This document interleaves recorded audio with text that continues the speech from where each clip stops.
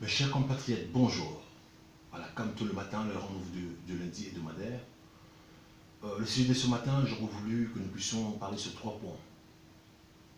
Alors, je commence d'abord à rappeler mes frères d'armes, combattants, combattantes, résistants, résistantes et activistes du jour. Alors, ma première question est que, pourquoi à ce jour, messieurs, le président nommé Kilombo, qui devient l'avocat du diable, pourquoi il devient, je dirais, le porte-parole du mal? Pourquoi il devient, je dirais, l'homme qui joue sa vie pour protéger une personne qui a massacré son peuple? Alors, la deuxième question, ce sera pourquoi Jean-Pierre Mbemba a fait sa prison, le CPI, et il a payé sa dette dans la société pour gérer les actions commises par ses troupes au niveau de Centrafrique pour restaurer la justice. Donc, par rapport, je dirais, aux victimes ou pour les effets qui étaient commis par ces hommes. Vous savez, on ne peut pas avoir la paix dans un pays sans la justice. Il faudrait que la justice soit restaurée pour que la paix règne. Dans notre pays, on a eu, je dirais, plus de 12 millions de morts. Donc, les âmes de nos frères et sœurs réclament la justice pour qu'il y ait la paix dans ce pays-là. Nous avons eu aussi de morts au niveau des Camerounais. Nous avons eu des fausses communes où les gens enterrés, je dirais, à la masse, comme on fait avec le troupeau malade, jetés les uns sur les autres.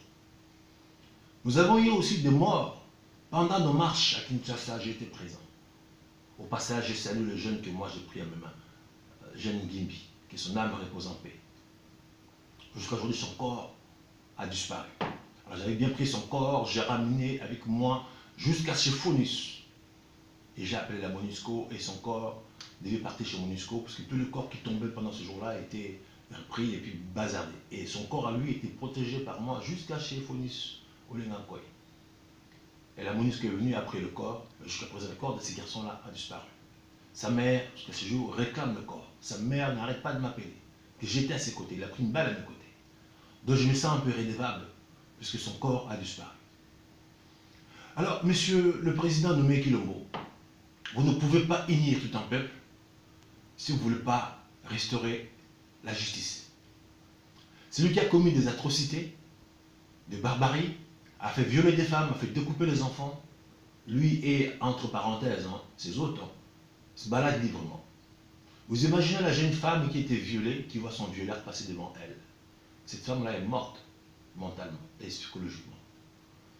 Donc aujourd'hui, vous prétendez que M. Kanambe Kabila qui devient votre partenaire, dont vous êtes associé. Quand on achète une entreprise, moi qui est entrepreneur, on dit il y a les passifs et les actifs. Donc si l'entreprise en plus avait des dettes, comme l'on vient de m'appeler pour un dossier passé, il faut que quand vous achetez l'entreprise, vous tenez compte. Vous achetez une entreprise, donc vous récupérez l'entreprise et les salariés. Et les contrats qu'ils avaient auparavant. Vous avez bien dit, c'est mon partenaire.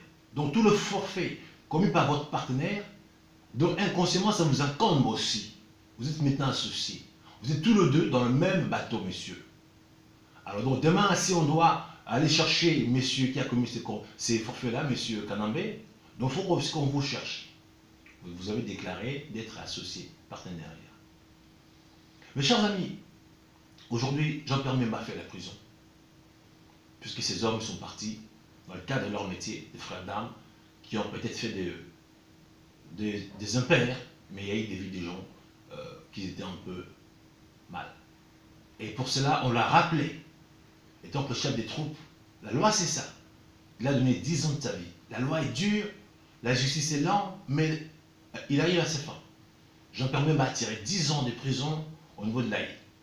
Pour ses troupes, lui il n'était pas là. Mais c'est lui le commandant chef de ces troupes-là. Ça se passe comme ça dans l'armée. Il a payé sa dette. Donc, vu de la société, il est aujourd'hui libre. Mais sauf d'autres dossiers qui se payent sur lui.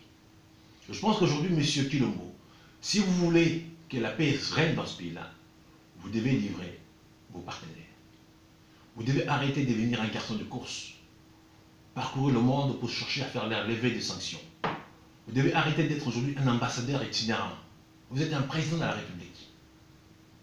Et puis, messieurs, pendant que je parle de vous, j'ai un conseil à vous donner en matière d'armes ou en matière, je dirais, de la guerre. C'est le conseil d'un homme du métier. Quand un pays veut acheter les armes, il ne s'affiche pas. Il ne doit même pas montrer son fournisseur ou le genre de marque, je veux dire le modèle ou la marque des armes non qu'il va acheter. Si vous montrez à tout le monde au monde entier qui est votre fournisseur, les munitions que vous utilisez, le modèle d'armes que vous utilisez, n'importe quel pays au monde peut vous vaincre à la seconde pendant la guerre. Parce qu'on sait bien que vos armes, admettons, vous allez voir la Serbie. La Serbie, il est connu pour ce qu'il est. Nous sommes au XXIe siècle. La Serbie aujourd'hui a des armes, je dirais, archaïques, a des armes qui ne vont pas aujourd'hui au XXIe siècle.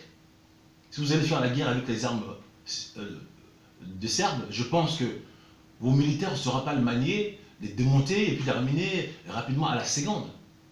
Alors il y a des pays aujourd'hui qui sont, je dirais, à la pointe en matière d'armement. Et puis, on ne doit pas faire la publicité par rapport à cela.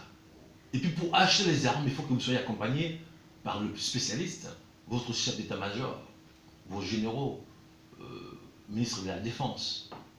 Vous allez tout seul, vous n'êtes pas l'homme du métier, vous paradez dans un entrepôt pour acheter les armes.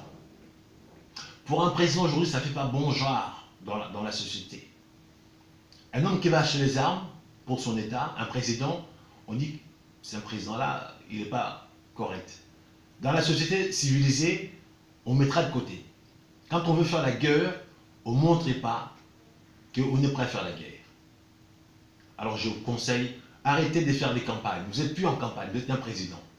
Vous voulez acheter des armes, faites plutôt appel à des professionnels, vous restez dans l'ombre. Vous n'allez pas vous asphyxier dans un entrepôt pour montrer que voilà, je vais acheter la guerre. On ne fait pas vraiment la campagne pour acheter les armes. Inconsciemment, on va vous abattre, puisque vous démontrez les armes que vous avez, le fournisseur, le modèle, les munitions, et les camps adverses, il fera mieux. Ils vont aller chercher les gens qui sont à la pointe de la technologie, avec des armes faciles à démonter et faciles à manier, et pendant que vos hommes cherchent peut-être à faire 1 minute pour démonter une arme, et des armes aujourd'hui, des automatiques, en 30 secondes, on démonte, et puis c'est réparti. Et si vos soldats, il faut qu'ils mettent 1 minute pour démonter et remonter, pendant ce temps-là, le temps qu'ils mettent son chargeur, on va le tuer. Ça, c'est un conseil de professionnel. En tout cas, mes chers compatriotes, j'aurais voulu que nos politiciens, qu'ils arrêtent de jouer avec les gens. Je parlais là de M. Kilombo, qui devient l'avocat du diable. Alors aujourd'hui, il n'y a pas la paix dans un pays sans justice. J'ai dit là que Jean-Pierre Bemba a payé sa dette dans la société. Il a fait 10 ans de prison. Pourquoi pas M. Kanambe Kabila, qui puisse aussi payer sa dette dans la société, qu'il soit rappelé quelque part, mis au frais, pour restaurer la paix dans notre pays, pour tout le forfait commis par lui et ses hommes. À ce moment-là, le Congo sera en paix. Les âmes de nos frères et sœurs qui errent aujourd'hui dans la nature, puisque quelqu'un qui est mort, fauché, son âme n'a pas la paix, puisqu'il réclame justice. Donc, si on veut que demain le Congo soit rétabli dans ses droits, il faut que la justice soit faite pour que les âmes de nos frères et sœurs reposent en paix. Alors, je pense que, d'une côté, je veux quand même dire à Monsieur le Président nommé, votre décision aujourd'hui de dire que les armées étrangères viendraient plus chez nous, vous avez fait une réunion pour, admettons, dire que oui, vous allez travailler en synergie. Donc ma vidéo a fait quand même quelque chose, vous avez suivi. Donc les armées étrangères ne viendraient pas traquer, soi-disant, les rebelles chez nous. Chacun va rester dans son coin et travailler en synergie. C'est bien, je pense que vous m'avez écouté. Et si vous devez ramener les armées étrangères chez nous, je pense que en ce moment-là, le Congo part en miettes. Sauf si vous revenez sur votre décision. Là, j'aurais voulu m'adresser ce matin également, je profite par l'occasion, pour dire un message au président élu Martin Fayulu. Monsieur le Président, sur votre respect. Je vous ai vu où je participais à votre gala des bienfaisants que vous avez donné ce week-end. C'était très bien, bon enfant. La cause est noble. Mais la seule chose qui doit faire un peu mal, pas mal des compatriotes, vous dites aujourd'hui que vous voulez faire ce genre de galas un peu partout. pour demander aux gens ou leur préparer, puisque vous avez un projet d'aller demander les élections anticipées pour 2021. Moi, j'aurais voulu, avant que vous continuiez cela, puisqu'inconsciemment, vous allez vous mettre une balle dans le pied, vous allez vous torpiller. Puisque peut-être, je ne sais pas, j'ai l'impression que nos politiciens, ils ne sont pas des conseillers aguerris. Puisque vous êtes les présidents élus actuellement. On a eu des élections qui est l'année dernière. Donc, celui qui est en place n'a pas encore 1 an de pouvoir. Donc, votre victoire, tout le monde a vu, le monde entier a vu, c'est une victoire volée.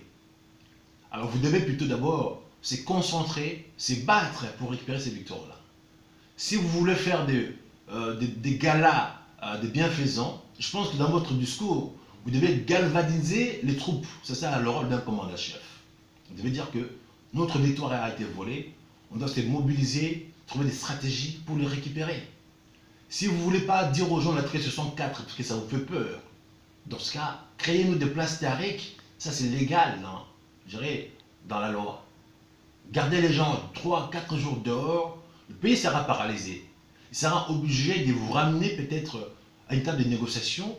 Peut-être si vous voulez, peut-être je vois que vous voulez vous rapprocher au pouvoir. Au passage, on pourra vous donner un vice-président si vous voulez, peut-être pour rentrer dans vos frais. Mais quand vous dites aux gens, je suis prêt à lancer un projet pour qu'en 2021, nous puissions aller aux élections anticipées. Monsieur le Président, les élections passées a coûté, je dirais, au pays, au Nanga, 4 milliards. Le budget des Congo, un budget qui a 4 milliards à 7 milliards. Si vous voulez que nous puissions aller aux élections en 2021, il faudrait que le gouvernement congolais sorte 4 milliards. Alors, excuse-moi, ils ont un budget de 7 milliards. Il vous dira, monsieur, les élections chez nous, c'est fait pour 5 ans. On ne fait pas les élections pour 2 ans. Et il y a des élections en 2018. Si vous voulez qu'on parte aux élections en 2021, selon vos désirs à vous, messieurs, donnez-nous l'argent. On vous demandera 4 milliards pour qu'il y ait des élections. Est-ce qu'à ce jour, la MOCA et SID, ils ont 4 milliards à sortir pour que nous puissions aller aux élections anticipées, monsieur le Président? Est-ce que cette calcul-là, vous avez pensé, je suis un entrepreneur, il faut un business plan. Donc, si vous avez 4 milliards, dans ce cas, le gouvernement congolais pourra vous dire, OK, pour que vous soyez restaurés dans vos droits, OK, donnez-nous 4 milliards, on fera des élections comme vous voulez. Cette fois-ci, peut-être ça ne sera plus les élections avec les machines des Nanga.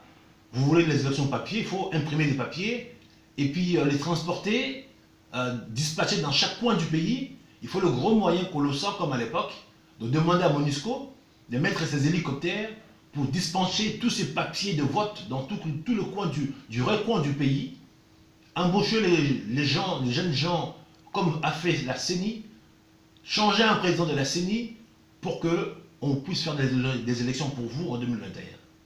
Vous voyez que votre projet, excusez-moi sur votre respect, c'est l'utopie.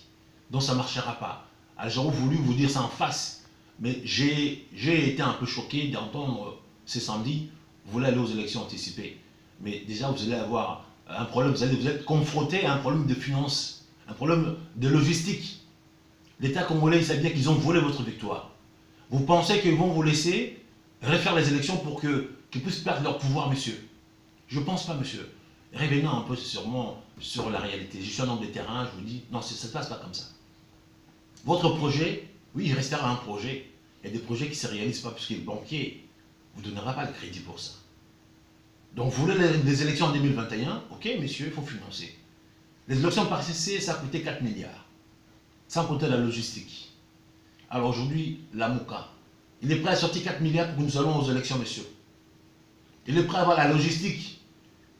Comme a fait MONUSCO, des gros hélicoptères pour dispatcher, admettons, comme vous ne voulez pas la machine à voter, il faut les papiers imprimés, tout qu'on soit les faire venir.